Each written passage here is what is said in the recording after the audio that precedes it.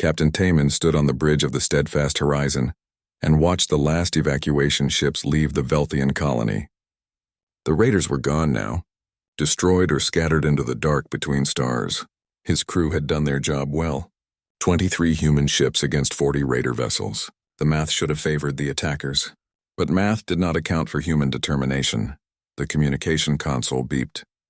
Taman expected thanks from the colony governor. Maybe an offer of supplies or shore leave for his tired crew. Instead, the Velthian's face filled the screen with barely hidden disgust. The governor said, her feathers ruffled in agitation. "The threat is gone. Your ships must leave our system immediately. Your presence disturbs our people." Taman felt the familiar weight settle in his chest. "Governor, my crew has been in combat for 16 hours. We need time to repair and rest." The governor interrupted him. "We did not ask for your kind here. The council may require your service, but we do not want Deathworlders near our children. Leave within the hour." The screen went dark. Taman looked at his bridge crew. Every face showed the same tired acceptance. This was not new. This was every mission. Save them, protect them, then leave before they had to look at human faces too long. Taman said quietly, "Set course for the border station. Best speed." His first officer leaned closer and reported that engineering said 3 ships needed repairs. The crew needed rest. Taman replied, "We will rest when we are away from here." He had been a soldier for 20 years. He had defended 47 different worlds. He could not remember the last time anyone had said thank you. 3 days later and 5,000 light-years away, Ambassador Hana walked into the Galactic Council chamber. She carried a datapad with humanity's latest proposal: equal representation, fair treatment, recognition of human contributions to galactic security. The same proposal she had presented 17 times before. The council members took their seats. Hundreds of species from across the galaxy. All of them had been saved by human soldiers at some point. All of them feared humans anyway. Counselor Vexithara spoke first. Her wings spread wide in a display of authority. "Ambassador Hana, your proposal has been reviewed. The council must decline." Hana kept her voice calm. "May I ask why?" "Humanity has served the council faithfully for 32 years. We have lost 14,000 soldiers defending your worlds. We ask only for equal standing." Vexithara answered, "Your species is too dangerous. You come from a death world. Violence is in your nature. We value your service, but we cannot grant you full membership. The risk is too great." Several council members nodded agreement. Another counselor stood and suggested that perhaps in another century, when humanity had proven it could control its aggressive tendencies, they might reconsider. Hana said, "We control our tendencies every day. We control them when raiders attack your colonies. We control them when pirates threaten your trade routes.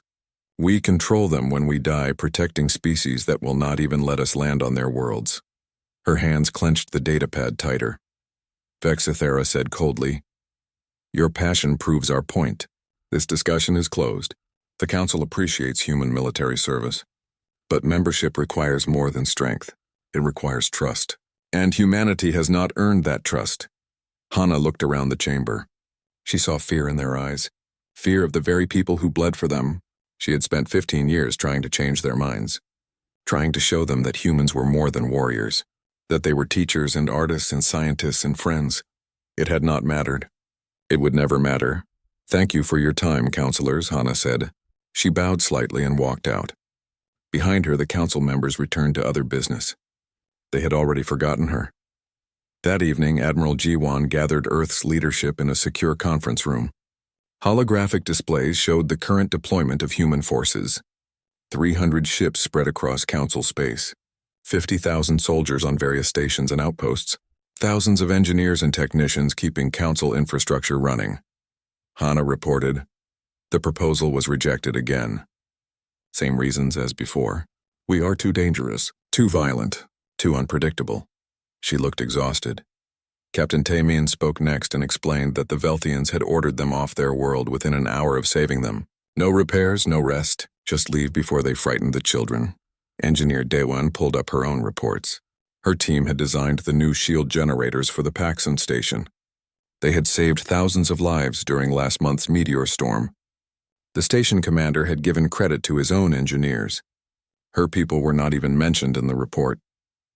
Around the table, the stories continued. Disrespect, fear, ingratitude. The pattern was always the same. Humans did the dangerous work. Humans made the sacrifices. Then humans were pushed aside and forgotten. Admiral Jiwan listened to all of it. She was 63 years old. She had commanded human forces for 2 decades. She had seen good people die protecting aliens who would never even learn their names. She asked quietly, "How many more years do we do this? How many more lives do we spend earning respect that will never come?" The room fell silent. Everyone knew the question had been coming. They had all felt it. The slow weight of thankless service pressing down year after year. "What are you suggesting?" Hana asked. Jiwan stood and walked to the window. Earth turned slowly below, beautiful and blue and home. She said, "I am suggesting we stop. We withdraw all forces. We close our borders. We let the Council learn what life is like without humanity. They will face serious threats without us," Taemin said. But he did not sound opposed to the idea. He sounded hopeful. "They face serious threats now," Jiwan replied. "The difference is they will have to face those threats themselves. Maybe then they will understand what we have been doing for them all these years." "This is not revenge," Hana said slowly. "This is about self-respect." "Exactly," Jiwan turned to face them. "We are not attacking anyone. We are not threatening anyone. We are simply choosing not to serve people who do not value our service. That is our right." Dayun nodded and said she would need to retrieve her technology. The Council did not have the knowledge to maintain it. Without proper maintenance, those systems would fail within months. "Let them fail," Jiwan said. "Let the Council see the difference between having human protection and going without it. Then if they ever learn respect, we can discuss returning. But not before." She looked around the room, saw the same tired acceptance in every face. These were good people, dedicated people. They had given everything to the galaxy, and the galaxy had given them nothing but fear and contempt in return. "All in favor of complete withdrawal from Council affairs?" Jiwan asked. Every hand rose. No hesitation, no debate. The decision was unanimous. Admiral Jiwan activated the fleet-wide communication system.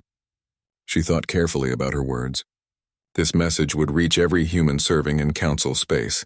She wanted them to understand this was not failure. "This was dignity," she began. "To all human personnel serving under Council authority. Effective immediately, you are ordered to cease all operations and return to Earth. This is not a temporary reassignment.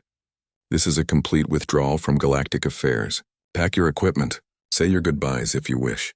But come home. Our service is no longer required. More importantly, it is no longer offered." She paused, then added the most important part. "You have done nothing wrong.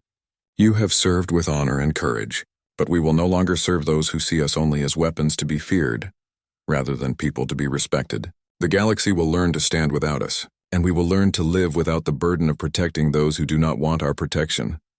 The message ended. Across dozens of star systems, human soldiers and engineers and diplomats received their orders. Some felt relief, some felt sadness, but all of them understood. After 32 years of thankless service, humanity was finally going home. Admiral Jiwan looked out at Earth one more time. In 6 months, every human would be back. The borders would close, and the Galactic Council would face its own actions without human hands to catch them when they fell. She felt no anger, no satisfaction, only a quiet sense of peace. They had done their duty. More than their duty. Now it was time to step back and let others learn the lessons they had refused to hear. Ambassador Hana stood before the Galactic Council for the last time. The chamber was full as always. Hundreds of delegates from dozens of worlds. They sat comfortably in their seats, not knowing that everything was about to change. Hana did not waste time with long speeches.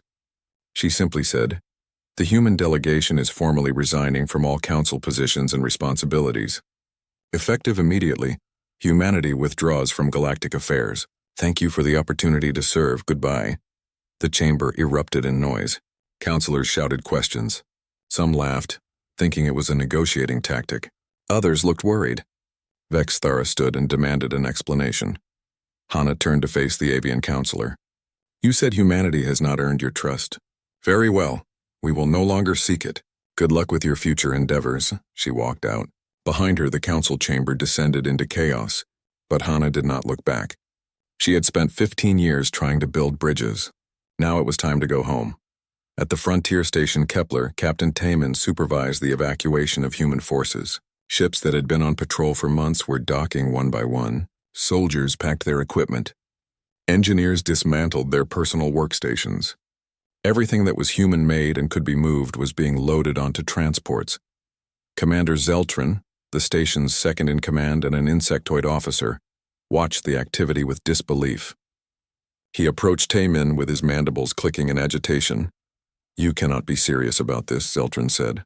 "Who will defend the frontier sectors?" "You will," Taman replied calmly.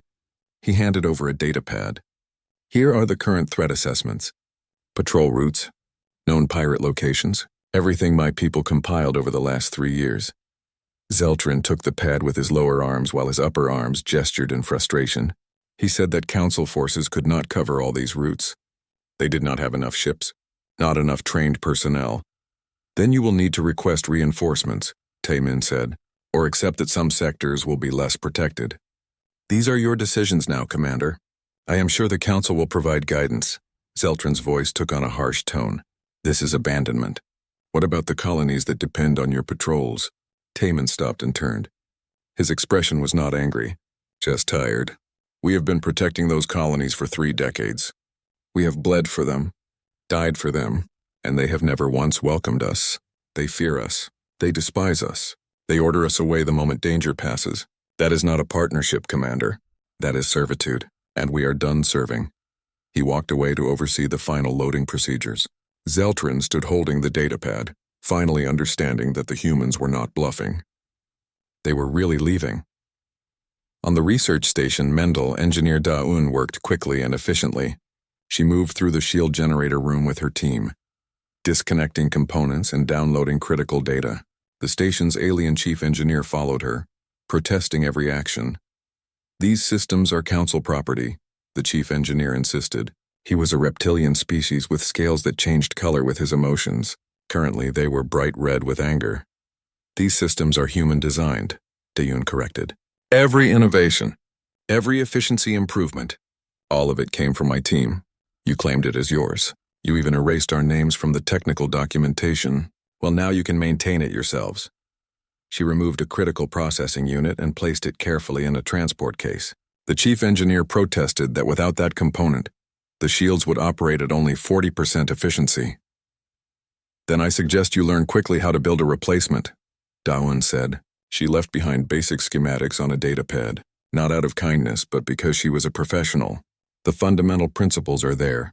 If you cannot figure out the advanced systems, perhaps you should have been more honest about who created them in the first place. Her team finished packing.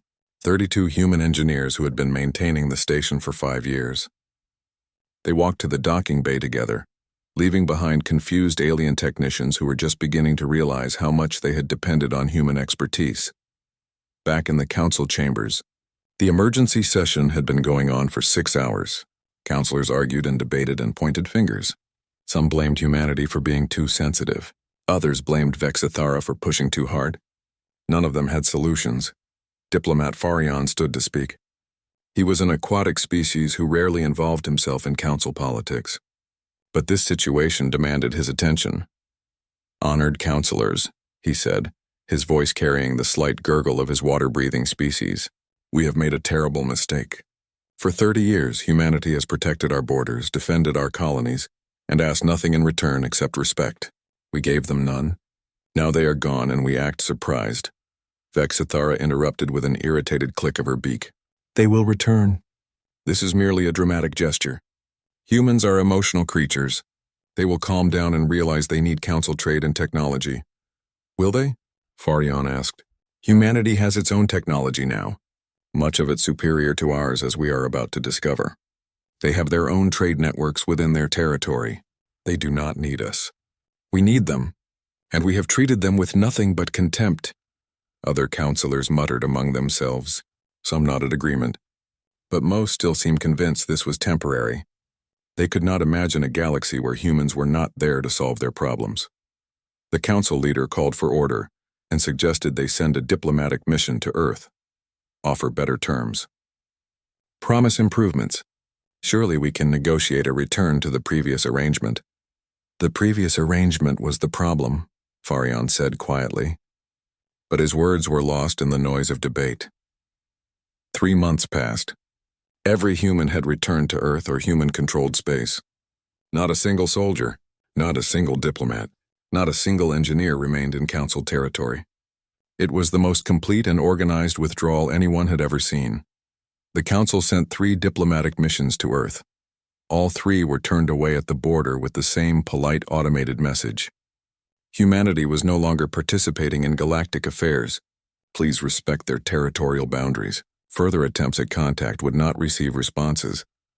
Trade ships that tried to approach human space were redirected to designated neutral ports.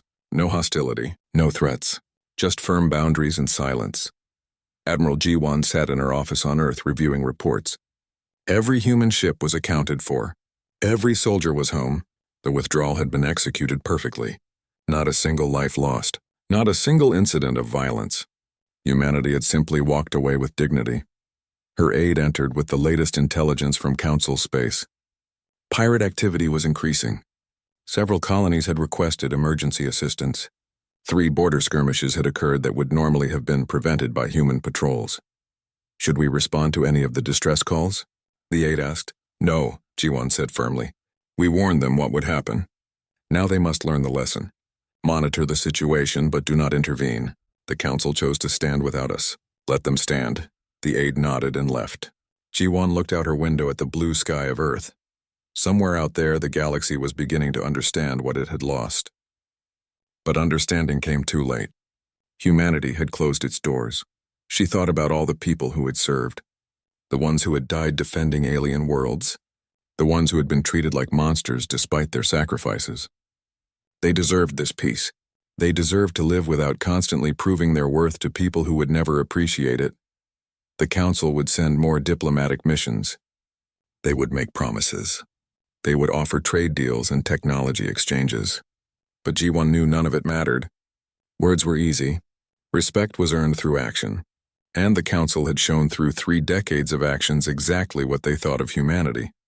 Let them learn to defend themselves. Let them struggle with the problems they had always relied on humans to solve. Maybe then, years from now, if they truly changed, there could be a conversation. But not now. Not until the Council understood that partnership required mutual respect. Admiral G1 turned back to her work. Earth needed her attention now. The galaxy would have to take care of itself. 6 months had passed since the last human left Council space. Commander Zeltran stood in the command center of Frontier Station Kepler and stared at the tactical display with growing dread. Red markers showed pirate activity across 8 sectors. 4 distress calls blinked urgently. 2 colonies were under active attack. He had 3 patrol ships available. 3 ships to cover territory that humans had protected with 20. Which colony do we help? His tactical officer asked. Zeltran felt his mandibles click together in frustration. Before, he would never have to make this choice. Human patrols would have intercepted the pirates long before they reached any colony. Now he had to choose which innocent people would receive help and which would have to fend for themselves. Send ships to Colony Praxis, he decided. It has the larger population. Send emergency protocols to Colony Westfall. Tell them to evacuate to the inner system. The officer hesitated before asking if they should request human assistance. After all, these were civilian lives at stake. Surely the humans would respond to an emergency. No, Zeltran said quietly. We made our choice when we treated them like monsters. Now we live with the consequences. By the time Council ships reached Colony Westfall, the pirates had already struck. 15,000 people dead. Infrastructure destroyed. The survivors had nothing but anger for the Council that had failed to protect them. Zeltran read the casualty reports and thought about Captain Taimin. The human had tried to tell him, had warned him about the security gaps. Zeltran had dismissed it as fear tactics. Now 15,000 people had paid the price for his arrogance. On Research Station Mendel, alarms blared throughout the facility. The chief engineer ran through corridors, his scales flashing between yellow and orange with panic. The shield generators were failing. A meteor storm was approaching. Without full shields, the station would suffer catastrophic damage. He reached the generator room and found his team staring helplessly at the malfunctioning equipment. They had followed the basic schematics that Daun left behind. They understood the principles. But the advanced systems were failing in ways they could not diagnose. "Where is the human engineer?" someone asked desperately. "Gone," the chief engineer said bitterly. "All of them. Back to Earth. And they took their knowledge with them." The meteor storm hit 30 minutes later. The shields held at 40% power, just as Da-Un had warned. Dozens of small meteors penetrated the weakened defenses. 3 laboratory modules were breached. 2 scientists died. Decades of research were destroyed. The chief engineer stood in the damaged corridor and remembered how he had dismissed the human engineers. How he had taken credit for their work. How he had insisted they were not really necessary. The broken modules around him told a different story.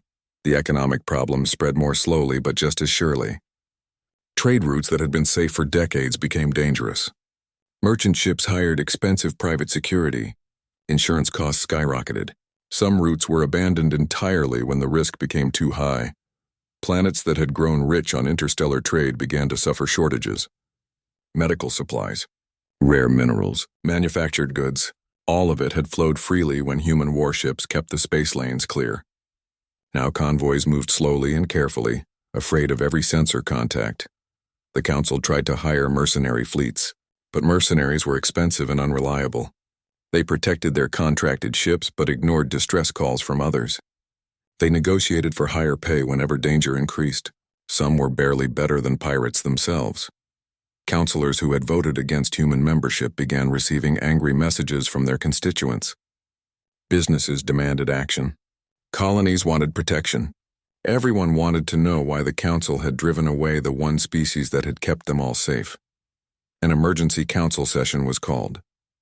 The chamber was tense. Councillor Vexithara looked older now, her feathers dull with stress. The last 6 months had been difficult for everyone, but especially for those who had led the opposition to human integration. Diplomat Farion presented the latest casualty figures. 23 colonies attacked. 42,000 dead. Infrastructure damage in the billions. And these were just the direct costs. The economic impact was much larger. "We must contact humanity again," Farion said. "Apologize. Offer better terms. Whatever it takes to restore the partnership." Vexthara stood slowly. Her voice was defensive. That would be admitting we were wrong. It would show weakness. Other species would question our judgment. "We were wrong," another counselor said bluntly. 42,000 dead proves it. How many more must die before we admit our mistake? The debate raged for hours. Some counselors wanted to apologize immediately. Others insisted they could solve the problems themselves given more time. A few still clung to the belief that humans were too dangerous to trust, despite all evidence that the real danger was their absence. In the end, they voted narrowly to wait. To try harder with their own forces. To prove they did not need humanity. Pride was a powerful force even in the face of mounting disasters. Farion left the chamber feeling hollow. He had warned them. For years he had warned them. Now people were dying and the council was still too proud to admit its mistakes. Then the long-range sensors picked up something that made all previous problems seem small. A fleet was approaching council space from the galactic east. Hundreds of ships moving in perfect formation. The signatures matched a species the council knew well. The Krell Dominion. The Krell were an aggressive empire that had been slowly expanding for centuries. They conquered weak species and enslaved strong ones. For the last 30 years they had been quiet. Not peaceful, just quiet, waiting and watching. Commander Zeltran received the intelligence report and immediately understood why they had been quiet. They had been watching the humans, waiting to see if the stories about human combat effectiveness were true. And now that the humans were gone, the Krell saw opportunity. The Krell ambassador delivered their message to the council with cold arrogance. Submit to Dominion authority or be conquered. The council had 1 week to decide. Military analysts ran the projections. Without human forces, the council fleet could not stop a Krell invasion. They might delay it. They might make it costly. But they would lose. And hundreds of billions of people would fall under Krell rule. Councillor Vexthara sat alone in her office and reviewed old security footage. Human soldiers fighting pirates. Human ships defending colonies. Human engineers working late into the night on shield generators. All the service she had dismissed as dangerous.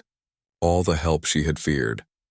She watched Captain Tae Min leading an evacuation during a raider attack, saw him carry a wounded Velthian child to safety while enemy fire tore through the air around him. That child was alive because a human had risked his life, and Tae Min's reward had been an order to leave the system immediately. For the first time, Vexithara truly understood what they had done. Humans were not the monsters.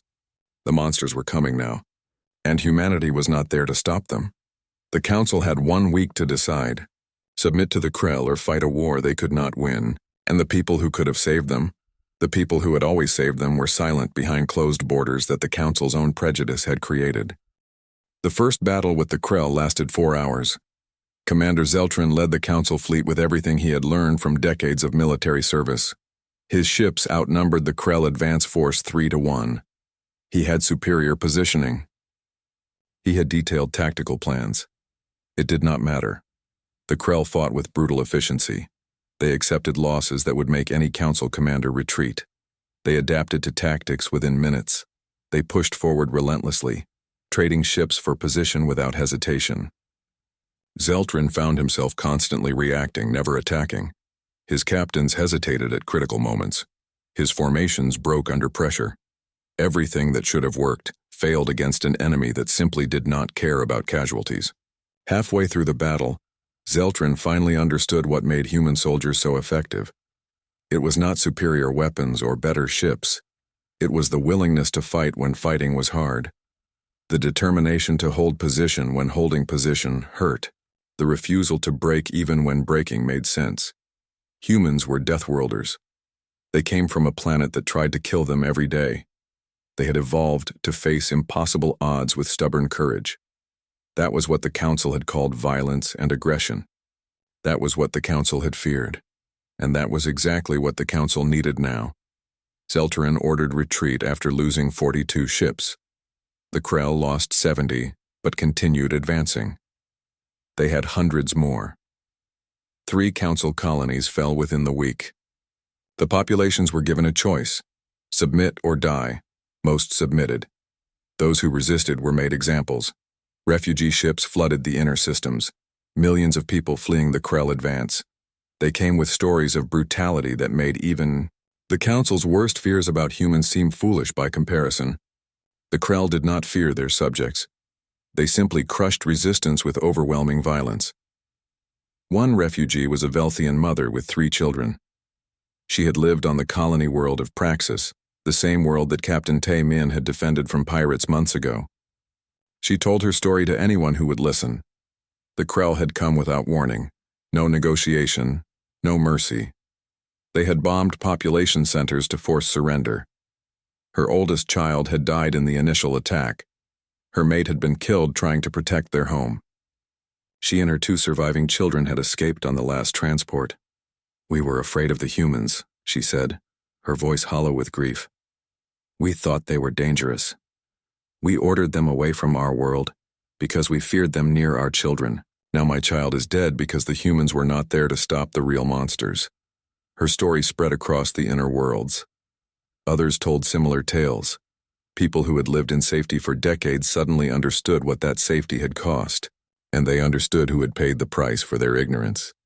Counselor Vexithara had not slept properly in weeks. She spent her nights reviewing records, reading reports, watching archived footage of human service. Every file showed the same pattern. Humans risking everything, humans making sacrifices, humans saving lives, and every file showed Council species responding with fear and contempt. Orders to leave, restrictions on movement, denial of basic respect. 30 years of faithful service met with 30 years of institutionalized prejudice. She found a particular report that made her stop reading. It was a casualty list from a battle 8 years ago. Human soldiers defending a mining station from raiders. 17 humans died that day. The station commander had not even bothered to learn their names. The report listed them as human casualties without identification. Vexithara looked up each name individually, found their service records, read about their lives. One had been a father of 3. Another had been an artist who painted during off-duty hours. A third had been studying xenobiology, hoping to build better understanding between species. They had been people, real people with families and dreams and hopes. and they had died protecting others who could not be bothered to remember their names. For the first time since the crisis began, Counselor Vexthera wept. The emergency council session was different this time. The chamber was quieter. Fear had replaced arrogance. 38 members had been replaced by alternates as their homeworlds fell to Krell conquest. Everyone understood this was existential. Diplomat Farion stood to speak. He had prepared a proposal for requesting human aid. The terms were generous. Full council membership, equal representation, formal apologies, recognition of past service. Everything that should have been offered 3 decades ago. Before he could present it, Vexthera stood. Her wings were folded tight against her body in a posture of shame. Many counselors looked surprised. She had been the loudest voice against human integration. Now she looked broken. "Honored counselors," she began, her voice quiet. "I was wrong. For 30 years I argued against humanity. I called them dangerous, violent, unpredictable. I prevented their integration into our society. I ensured they remained second-class participants despite their service." She paused, fighting emotion. "And I was wrong about everything. The humans were not dangerous to us. They were our protectors. The violence I feared was the courage we needed. The unpredictability I cited was simply human creativity in solving problems we could not solve ourselves. Now we face real violence, real danger, and the people who could save us are gone because of decisions I championed. I support any proposal to contact humanity, but I believe I should lead the delegation. This is my mistake to own." The chamber was silent. Finally, Farion spoke.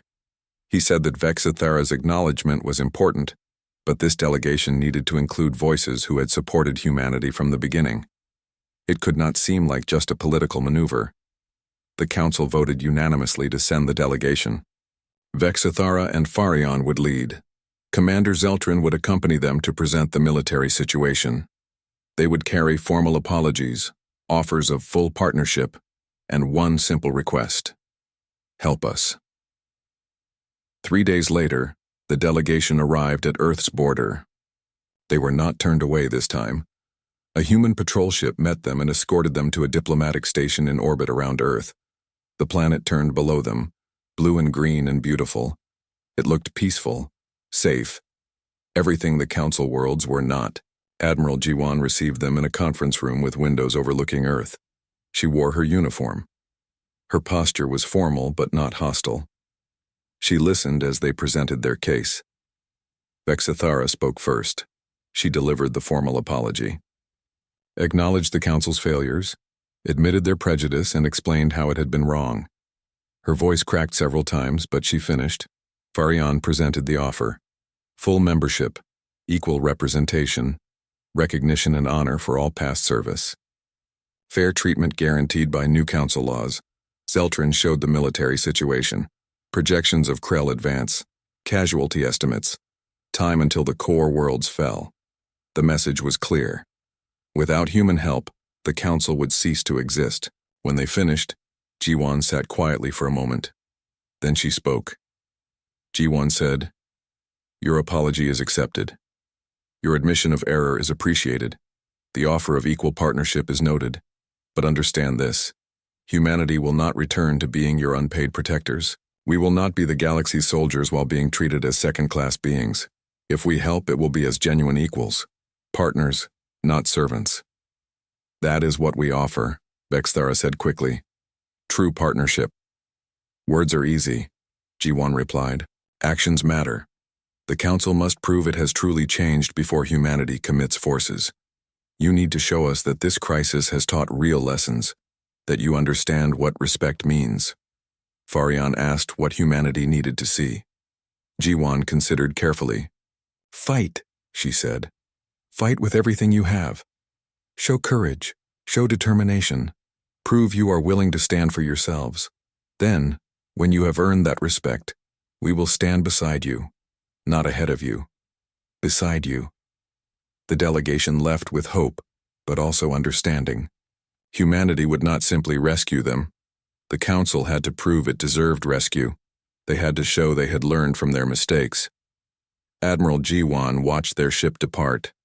Ambassador Hana joined her at the window. "Do you think they can do it?" Hana asked. "Fight hard enough to prove themselves?" "I do not know," Jiwan admitted. "But they need to try, for their own sake as much as ours. A partnership built on desperation will not last. A partnership built on mutual respect might." Earth's borders remained closed. But now humanity watched carefully, waiting to see if the Council could prove itself worthy of the alliance it had thrown away. Councillor Vexithara returned to Council space with a heavy heart. The humans had given them a chance, but it came with conditions. The Council had to prove itself. They had to fight. They had to show courage they had never needed before because humans had always been there to protect them. The first thing she did was propose new legislation. Laws that guaranteed equal treatment for all defensive forces, recognition for service, monuments for those who had fallen protecting Council worlds. She made sure human names were included, all 14,000 who had died over 3 decades.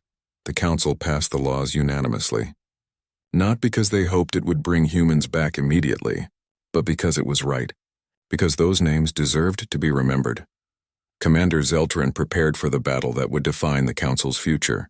The Krell Armada was approaching the Sentinel system, a critical stronghold that protected 5 heavily populated worlds. If Sentinel fell, the way to the Council's core worlds would be open. Zeltran had learned from his previous defeats. He studied human tactical records, read after-action reports from battles fought years ago. He saw patterns he had missed before. Humans did not win through superior force. They won through absolute commitment to their objectives. He gathered his commanders and explained the situation clearly. They were outnumbered. They would take heavy losses. Some of them would not survive, but they could not retreat. Not this time. The people behind them were depending on them to hold the line. "We have lived for decades knowing humans would protect us," Zeltran said. "We never had to truly risk ourselves because they risked themselves for us. Now we must stand on our own, fight as they fought, with courage, with determination. No matter the cost," his commanders understood. For the first time, Council forces would not retreat at the first sign of heavy casualties. They would hold position. They would fight like Deathworlders even though they were not. The Battle of Sentinel System lasted 19 hours. The Krell came in overwhelming force. Their ships hammered the Council defense lines with brutal firepower. Zeltran's fleet began taking casualties within the first 30 minutes, but they held position. When ships were damaged, they stayed in formation. When commanders were killed, their seconds took command and continued fighting. They adapted to Krell tactics. They covered each other's weaknesses. They fought with a determination that surprised even themselves. Captain Kale, a young officer who had never commanded in real combat, found himself leading 3 destroyers after his squadron commander was killed. He remembered reading about Captain Taemon's defense of the Velthian colony, how human ships had held against superior numbers through sheer refusal to break. Kale ordered his ships to form a defensive triangle. They locked weapons and engines together, creating a single defensive point that could cover all angles. It was a human tactic, risky, inflexible, but effective when holding position mattered more than maneuverability. 2 of his 3 ships were destroyed, but they held long enough for reinforcements to arrive. Long enough to stop the Krell breakthrough at that section of the line. Kale survived, barely, and became a hero to his species. The battle turned slowly. Not because Council ships were suddenly better, but because they refused to give up. The Krell were used to enemies that broke, that retreated when losses became severe. Council forces did neither. They held, they fought. They died in place rather than abandon their positions. By hour 15, the Krell advance had stalled. By hour 17, they were taking unsustainable losses. By hour 19, they withdrew, not defeated entirely but stopped. For the first time since the invasion began, the Council had won a major battle. The cost was heavy. 247 ships destroyed, 32,000 casualties, but the Sentinel system held, 5 worlds remained free, and the Council military learned that they could stand and fight if they chose to. Admiral Jiwan watched the battle reports from Earth. Human intelligence had been monitoring the situation closely. She saw the Council fleet holding position under fire, saw them taking casualties without retreating, saw them fighting with the kind of determination she had only seen in human forces before. Ambassador Hana stood beside her. They both knew what this meant. The council was proving itself. Not perfectly, not without terrible cost, but they were learning. They are trying, Hana said quietly. They are, Jiwan agreed. The question is whether we help now or wait to see if they can sustain it. Captain Taemin entered the command center. He had been reviewing the tactical data in detail. He said that the council forces had used human doctrine in several places. Not perfectly, but well enough to matter. They were learning from human examples. They are trying to fight like us because they have no other reference for this kind of combat, Taemin said. But the fact they are trying at all means something. They could have surrendered. They chose to fight. Jiwan made her decision. She sent a message to diplomat Farion. A simple message. Humanity would deploy forces to support the council defense. Not to lead it. Not to take over. But to stand alongside council forces as equals in the fight against the Krell. 3 days later, human warships arrived at the front lines. The council fleet greeted them not with relief but with respect. Commander Zeltran contacted Admiral Jiwan directly to coordinate strategy. They planned the next battle together. Human ships would take the left flank. Council ships would hold the center and right. They would fight as partners, each bringing their strengths to the engagement.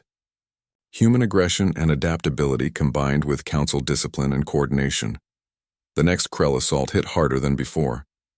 But this time they faced a combined force that knew how to fight together. Human ships pushed forward aggressively, creating openings. Council ships held defensive positions, preventing breakthroughs. When human vessels were damaged, council ships covered their retreat. When council formations weakened, human forces reinforced them. It was not perfect coordination. Mistakes were made. Communication sometimes failed, but it worked because both sides were committed to making it work. They were not protector and protected. They were allies. The Krell were pushed back again, then again. Over the following months, the tide of war slowly turned. The Dominion had expected an easy conquest. Instead, they faced determined resistance that cost them dearly for every system they tried to take. Eventually, the Krell proposed a ceasefire. They would retain the territory they had already taken but advance no further. The Council, strengthened by human partnership, countered with demands for complete withdrawal from Council space. After tense negotiations, the Krell agreed. The cost of continuing the war had become too high. When the war ended, Councillor Vexthara stood before the council chamber one more time. But this time she stood beside Ambassador Hana. They presented a new treaty together. Not a treaty of service. A treaty of genuine alliance. Humanity would rejoin the galactic community as full equals. Human representatives would have equal votes in council decisions. Human soldiers would serve alongside council forces, not beneath them. And most importantly, the galaxy would remember what it cost to drive away its protectors, would remember the lessons learned through terrible loss. The treaty passed unanimously, but the real change was not in the words on the document. It was in the way council members looked at the human delegation. Not with fear, not with contempt, but with respect earned through shared sacrifice. Captain Taemin stood in the memorial hall on the council capital world. The walls were covered with names. Thousands upon thousands of names. Every person who had died defending council space over the last 30 years. Human names, council names, side by side without distinction. He found the section with the names of soldiers from his old unit, friends who had died defending worlds that feared them. He touched the wall gently. Commander Zeltran approached and stood beside him. The insectoid officer had become a friend during the months of fighting together. They had bled alongside each other, saved each other's lives, built something new from the ashes of old mistakes. They deserved better than they received, Zeltran said quietly, looking at the names. Yes, Taemin agreed, but perhaps now their sacrifice means something more. Not just protection given and dismissed, but the foundation of something better, true partnership. They stood together in silence, honoring the dead and hoping the living would remember the lessons written in blood and sacrifice. Months turned to years. The alliance grew stronger. Human and council species learned to work together as genuine equals. Trade flourished. Cultural exchanges became common. Children of different species grew up knowing each other not as threats or mysteries but as friends and neighbors. The humans did not forget what had happened. The withdrawal. The rejection. the long, painful road to mutual respect. But they also did not hold endless grudges. They had made their point. They had taught their lesson. Now they could move forward. Admiral Jiwan retired eventually, satisfied that humanity's place in the galaxy was secure, not because they were feared, not because they were needed, but because they were respected. That respect had cost them dearly, but it had been worth the price. The galaxy moved forward, stronger for having learned what it meant to value those who stood in defense of others.